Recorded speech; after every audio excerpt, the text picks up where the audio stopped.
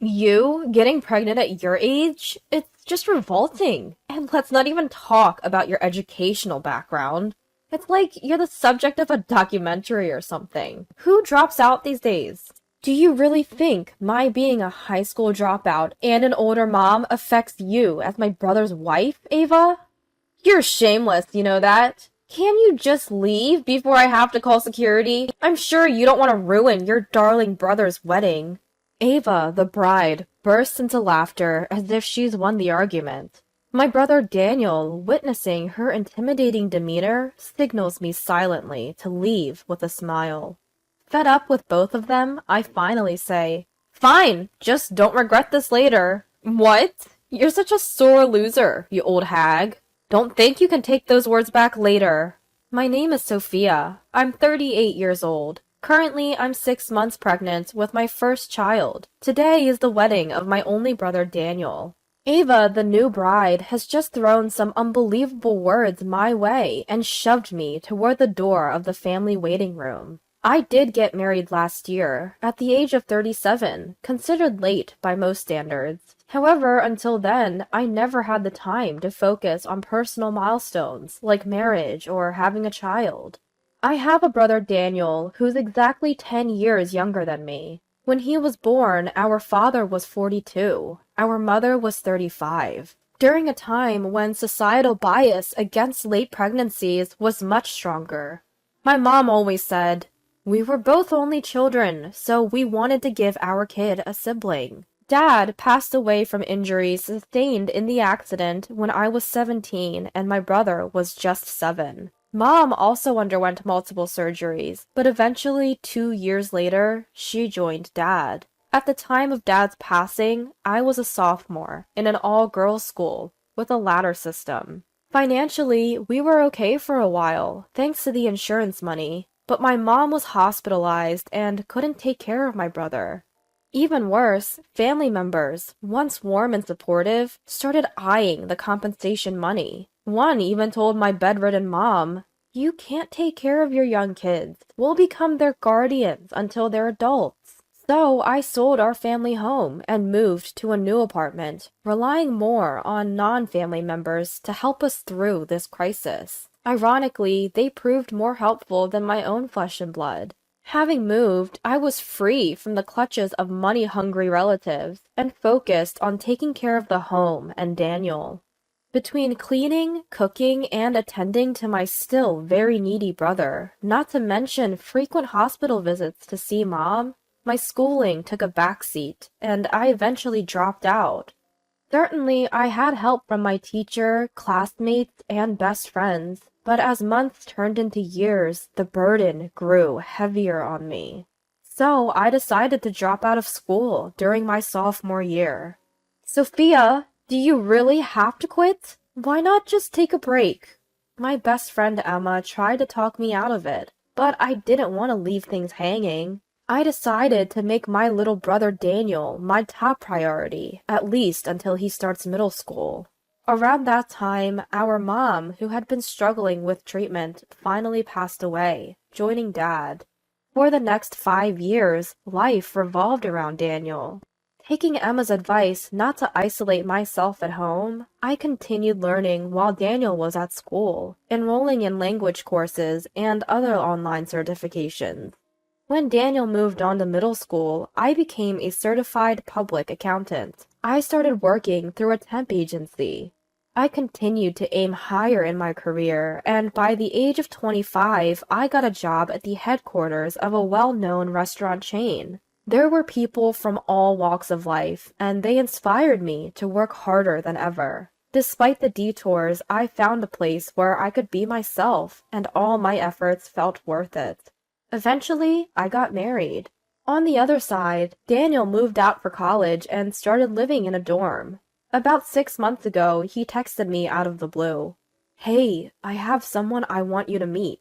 Can we catch up?" Of course, I had no reason to say no. That weekend, we met at a restaurant Daniel had picked, where he introduced me to a tall and beautiful woman. Her name is Ava. She was a graduate from Wellesley College with excellent grades, but something about Ava didn't sit right with me. especially her tone and perspective. For example, right after introductions, she bluntly said, "No offense, but how old are you? You look significantly older than Daniel." "I'm 38. There's a 10-year gap between us, so that might be noticeable," I replied. "So, you're almost 40 then? Wow, and you just got married. How old is your husband? Was it a marriage of convenience? I mean, if we get married and have kids, they'd probably call you grandma rather than aunt, right?" I was already suspicious of being pregnant and was planning to see a doctor next week, so her insensitive comments made me even more uncomfortable. Yet Daniel, standing right next to us, didn't seem bothered at all. It looked like my brother, who had always been focused on studies and work, was completely smitten with Ava. He was blindly approving of everything she did. That night, when I asked, "Hey, Daniel, you're dating Ava with the intention of marrying her, right?"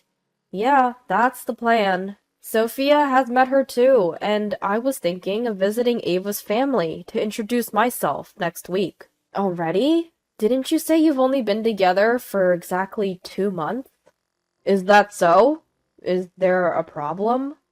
"It's not necessarily a problem, but isn't it better to get to know each other a little more before making such a big move?" "Thanks for worrying, Sophia, but the bond between us doesn't depend on time. It's deep and solid," Daniel declared.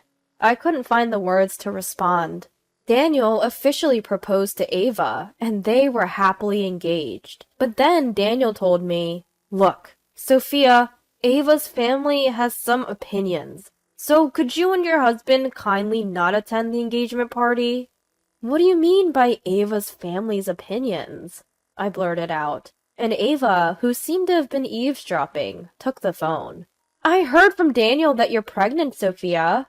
"Yes, but my morning sickness isn't bad, so attending the engagement ceremony should be—" "But don't you think an old, pregnant woman would ruin the celebration?" She cut me off. "You should know your place. Pay for the engagement and stay out of it. You really don't have common sense, do you?" Stunned, I couldn't respond. Daniel rushed in. "Sophia, just transfer the money for the engagement to my account and don't cause a scene, all right?" Then he hung up. Soon after, I received a reminder text from Daniel. "When are you sending the money for the engagement, Sophia?" "Why should I pay for your engagement, Daniel? I raised you like a parent, but I am your sister, not your mom." Daniel explained that Ava's family owned several restaurants. Ava had grown up like a little princess, surrounded by other wealthy folks. Naturally, Ava is surrounded by many acquaintances, friends, and relatives who are also celebrities. And she says, "I can't match Sophia's level." That's what they say. He said I wasn't in their league and even hinted my lack of education was a problem for their marriage. "If I convinced them, you should just wish me happiness and keep your mouth shut," he said. Fed up, I thought, if that's the case, consider this my final contribution, and transferred the requested $100,000. On the wedding day, my husband and I visited the venue with mixed feelings. Ava greeted us with, "It's really gross that an old woman like you is pregnant. Leave before I call security." My husband started to say something, but I stopped him. Ava continued, "You two aren't even considered family. We should have told the staff to exclude you. Today's guests are only work associates, college, and high school friends." Ava laughed, and Daniel just smiled. No matter that it was a joyful occasion for my brother, I had no reason to put up with this level of insult. "Fine, I'll leave since I'm clearly not wanted here. And while I'm at it, consider any future interaction with you all permanently canceled. No regrets, okay?" As I said this, Ava laughed and retorted, "Why would we regret it? Are you lost in your fantasies or something?" Before her laughter even faded, Ava's father rushed over. "Ava, what are you doing, raising your voice like this? People can hear you from the other side." "Oh, Dad, meet Daniel's embarrassingly uneducated, incompetent sister-in-law. She had the nerve to try to attend the ceremony, so I just chased her away." As Ava laughed and said this, her father looked at me, his eyes widening halfway. "Ava, Do you know who this is? She runs the staffing agency that practically supplies all the staff for my restaurant. Hospitality staff? What's that? Ava's father then explained that hospitality staff refers to temporary workers employed during busy periods in hotels and restaurants. Their responsibilities range from preparations to serving food and drinks at appropriate times and cleaning up afterwards. Especially for Ava's father's restaurants and Japanese cuisine establishments within hotels, where banquets and receptions are held, my agency provides invaluable staff, trained in both manners and language skills. So what? I didn't know, okay?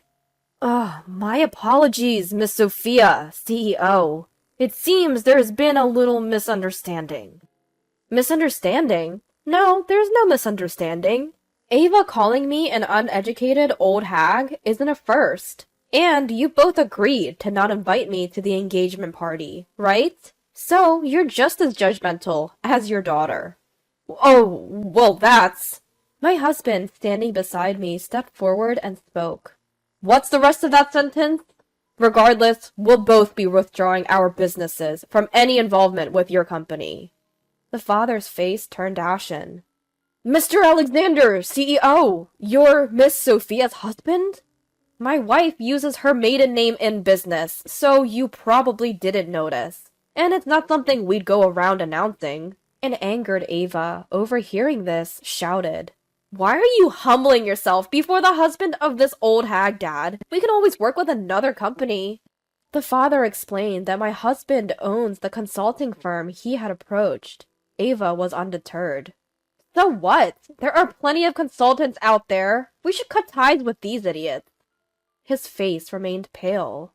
As your daughter suggests, it seems like a win-win for both parties to go our separate ways. My husband took my hand and we started walking away, leaving behind a dazed father, a confused Daniel, and a furious Ava. The wedding proceeded without a hitch. But afterwards, a heated argument erupted between father and daughter, all because of Ava's attitude towards us.